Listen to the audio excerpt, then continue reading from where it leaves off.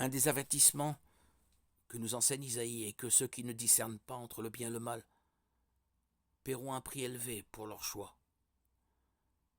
Allons au chapitre 5 du livre d'Isaïe où il nous avertit que ceux qui ne peuvent pas distinguer entre le bien et le mal et qui considèrent la sagesse à leurs propres yeux n'échapperont pas au jugement de Dieu.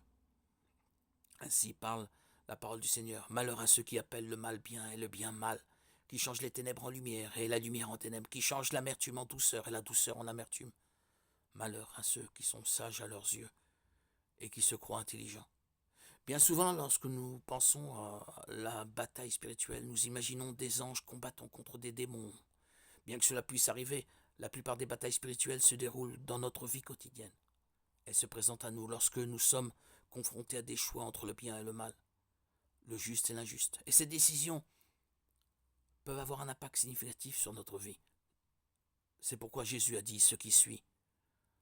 Entrez par la porte étroite, car large est la porte spacieuse et le chemin spacieux est le chemin qui mène à la perdition, et il y en a beaucoup qui entrent par là.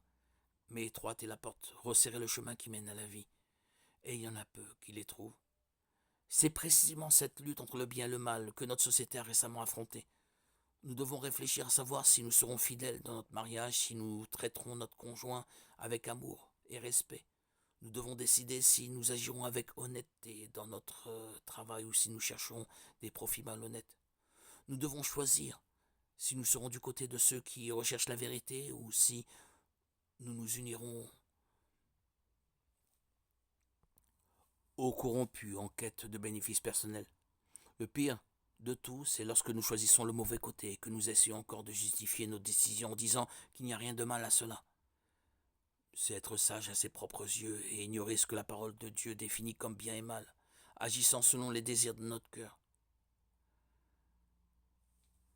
La Bible nous enseigne que le cœur de l'homme est trompeur et corrompu.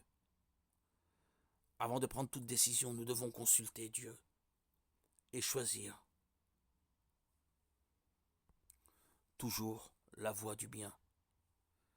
Sinon, nous payerons un prix élevé lorsque Jésus reviendra